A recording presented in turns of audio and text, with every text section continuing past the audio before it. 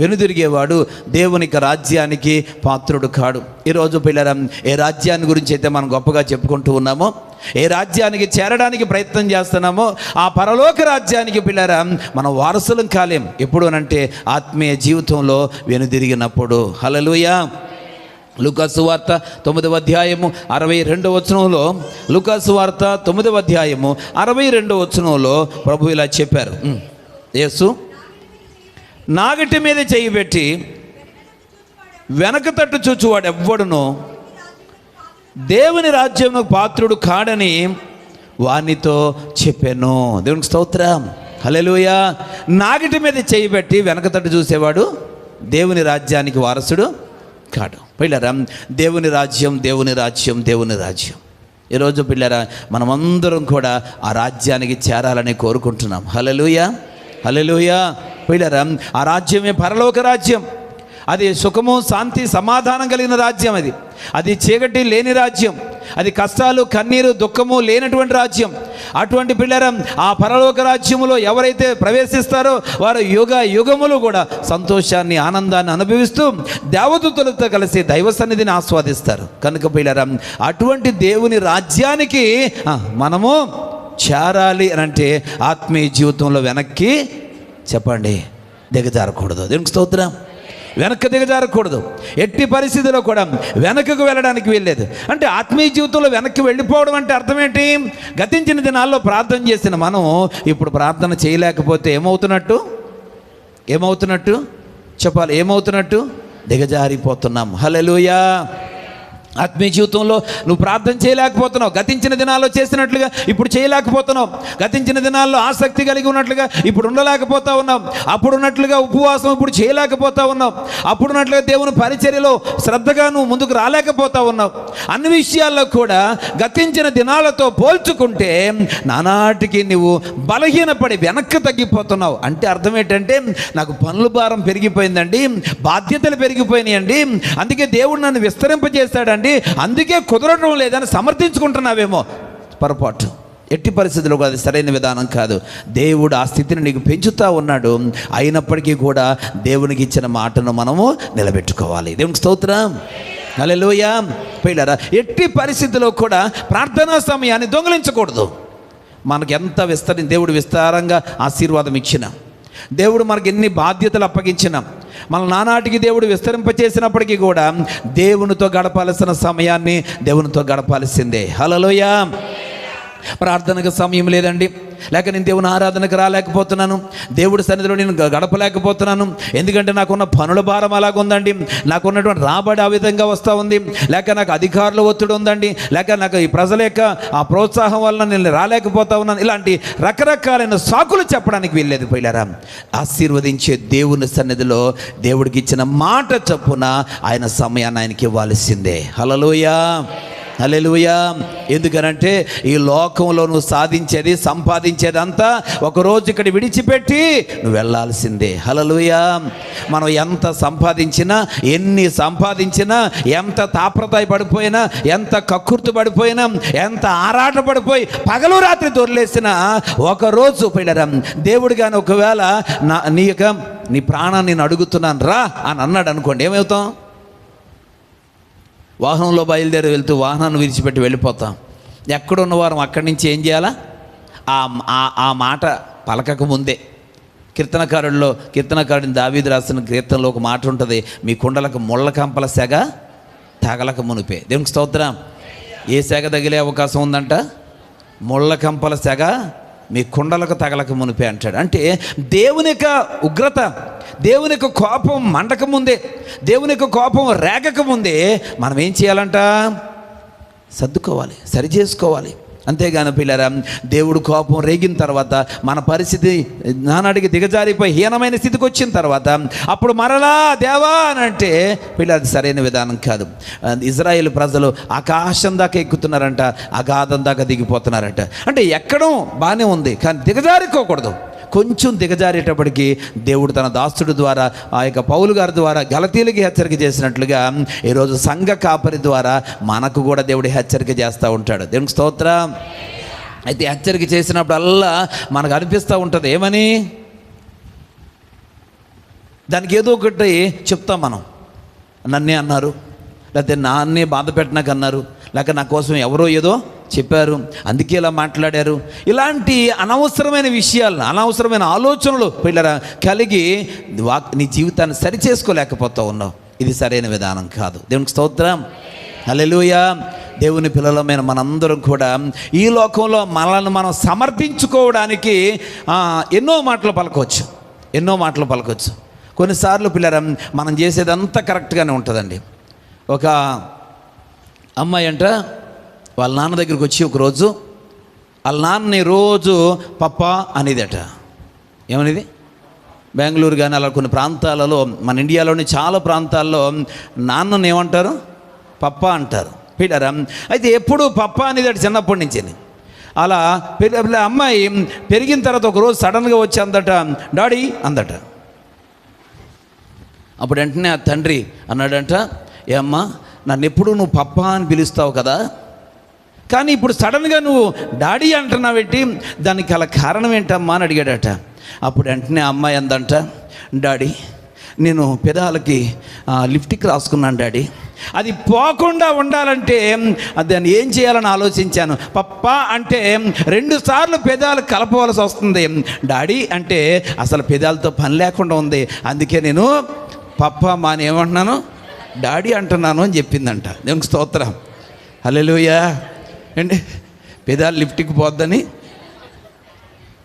ఎందుకు డాడీ అంటున్నావు అని అడిగితే కరెక్ట్గానే సమాధానం చెప్పింది. సమర్థించుకుంటూ మాట్లాడింది. ఎలాగా? తాను చేసిన దాన్ని సమర్థించుకుంటుంది. నేను వేసుకున్న లిప్టిక్ పోకుండా ఉండడం కోసం నేను దాన్ని అలాగా,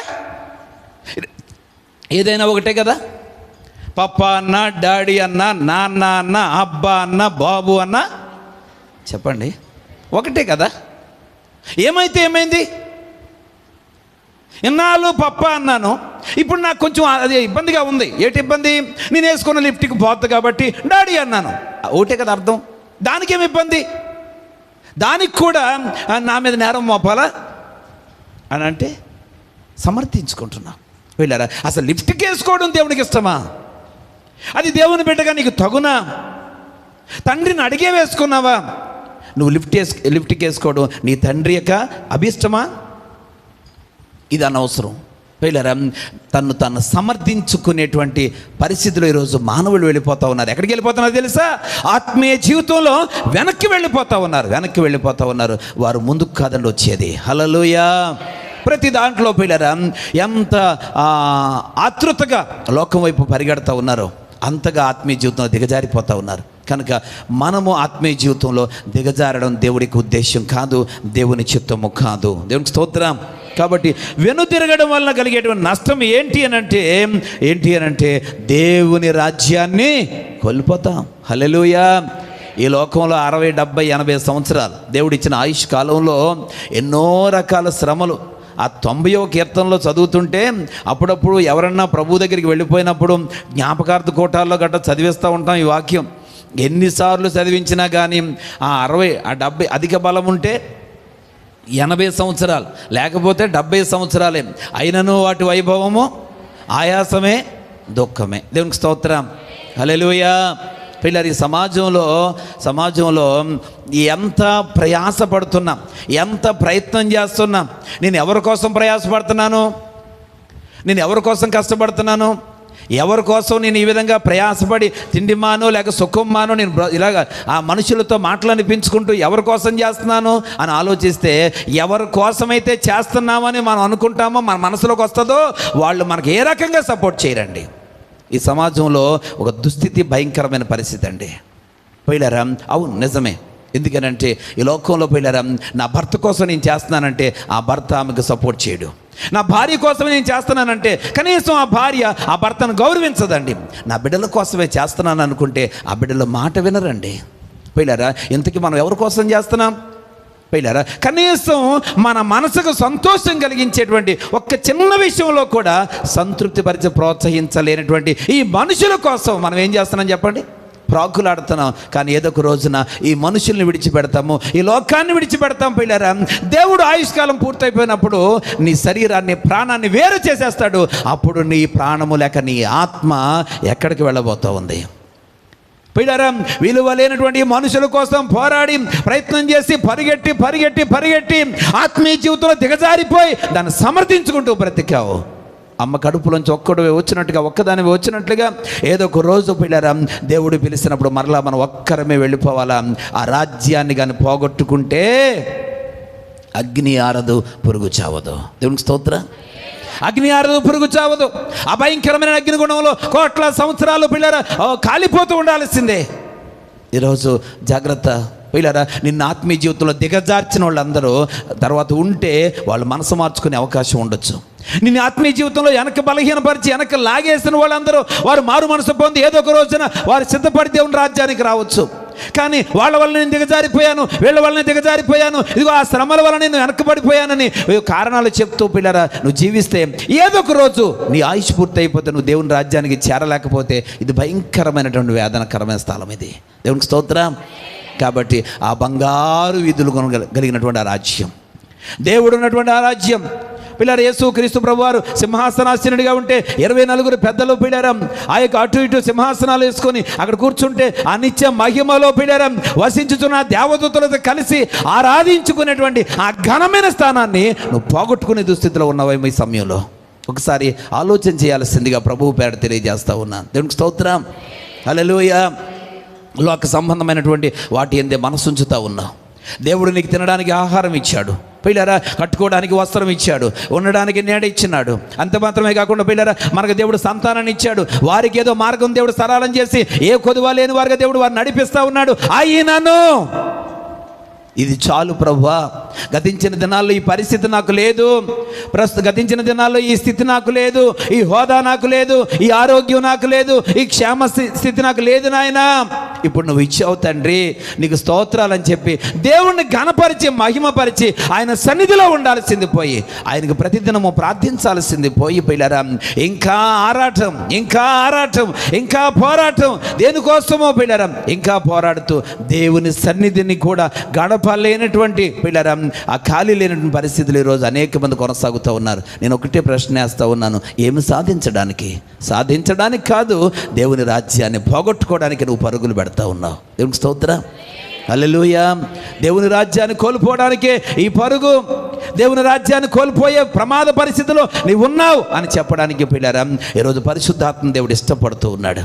కనుక ఏదో నామకార్యాన్ని సన్నిధికి వచ్చేస్తూ ఉన్నాను, ప్రార్థన చేస్తూ ఉన్నాను. నేను ప్రార్థన చేస్తున్నట్టుగా విశ్వాసిగా ప్రజల మధ్యలో ఉన్నాను, నేను ప్రూవ్ చేసుకుంటూ ఉన్నాను, వీళ్ళందరి దృష్టిలో నేను విశ్వాసిగా కనబడగలుగుతున్నాను అనుకుంటున్నావే కానీ నిజంగా నువ్వు విశ్వాసంతో జీవిస్తున్నావా? ఇక మధ్యాహ్నం దేవుడు ప్రశ్నిస్తూ ఉన్నాడు, ప్రియమైన సహోదరి సహోదరుడా. దేవునికి స్తోత్రం. ఎంత మాత్రం దేవుడు చెప్తున్నాడు, నాగటి మీద చేయి పెట్టి వెనక తట్టు చూచువాడు ఎవ్వడునో దేవుని రాజ్యమునకు పాత్రుడు కాడు. దేవునికి స్తోత్రం. కాబట్టి విశ్వాసులై ఉండి కూడా వెనకకు చూసేటువంటి గుణం, లోకం వైపు చూసేటువంటి గుణం మనలోంచి తీసివేసుకోవాలా. దేవునికి స్తోత్రం. పోయిలేరా అవి ఎంత మాత్రం కూడా దేవునికి ఇష్టము కానే కాదు. హల్లెలూయా. అందుకే పౌలు గారు చెప్తా ఉన్నాడు, పిల్లరా వెనకున్న వాటిని అన్నిటిని కొంచెం తగ్గించుకో మరువు అంటున్నాడు. ఫిలిప్పీలకు రాసిన పత్రికలో అపోస్తలుడైన పౌలు ఫిలిప్పీలకు రాసిన పత్రిక 3వ అధ్యాయము 13వ వచనం 14వ వచనం చూడగలిగితే, సహోదరులారా నేను ఇదివరకే పట్టుకొని ఉన్నానని తలంచుకొనను, అయితే ఒకటి చేయుచున్నాను, వెనక ఉన్నవి మరచి ముందున్న వాటి కొరకే వేగిరపడుచు క్రీస్తు యేసునందు దేవుని ఉన్నతమైన పిలుపునకు కలుగు బహుమానమును పొందవలనని గురి యొద్దకే పరిగెత్తుచున్నాను. దేవునికి స్తోత్రం. హల్లెలూయా. అందుకే పిల్లరా లోకం వైపు చూసేటువంటి గుణం మనలోకి వచ్చిన తర్వాత ఇక లోకం వైపే చూస్తూ ఉంటాం, లోకాస్తుల వైపే పరిగెడుతూ ఉంటాం. ఆ పరిస్థితి లేక దుస్థితి మనకు రాకుండా ఉండాలని పౌలు గారు ఫిలిప్పీలతో మాట్లాడుతూ, ఫిలిప్పీ సంఘముతో లేక సంఘస్థులతో మాట్లాడుతూ చెప్తున్న మాట ఏంటంటే, వెనక ఉన్నవి మరిచి ముందున్న వాటి కొరకే వేగిరపడాలా. దేవునికి స్తోత్రం. వీళ్ళ వెనక వైపు చూడకూడదు, వెనక్కి దిగజారిపోకూడదు, వెనక ఉన్న వాటి వైపు మనస్సు పెట్టకూడదని దేవుని యొక్క వాక్యంలో దేవుడు మాట్లాడుతూ ఉన్నాడు. కనుక మనమందరం కూడా ముందున్న వాటి కొరకే వేగిరపడాలి. హల్లెలూయా. ఆత్మ సంబంధమైన విషయాలందు ఆసక్తి కలిగిన వారిగా దేవుని వైపు చూస్తూ ఆశతో ముందుకు సాగాల్సిన అవసరం ఉంది. ఈ లోకంలో పిల్లరం ఎప్పుడైతే మనం దేవుని కొరకు సాగాలనుకుంటున్నామో మన కుటుంబ సభ్యులు మనకు సహకరించరు, మన బంధువులు మనకు సహకరించరు, మన స్నేహితులు మనకు సహకరించరు. ఈ లోకంలో ఏ ఒక్కరు కూడా పిల్లరం ఆత్మ సంబంధంగా ఎదగడానికి సపోర్ట్ చేయరు. అమ్మా, మీకు అర్థమైందన్నమాట? అర్థమైందా? ఆత్మీయంగా జీవించాలనుకుంటే ఎవరికి సహకరించరు. పోయినారా? అదే ఆత్మీయ జీవితంలో పెద్ద పోరాటం. కానీ వాటి వైపు మనం చూడకూడదు. దేవునికి స్తోత్రం. వాటి విషయంలో ఏమాత్రం మనం పట్టించుకోకూడదు. అయితే పట్టించుకోకుండా ఎలాగుంటుందండి? ఎందుకంటే ఈ లోకంలో సపోర్ట్ లేకపోతే చాలా కష్టం అండి.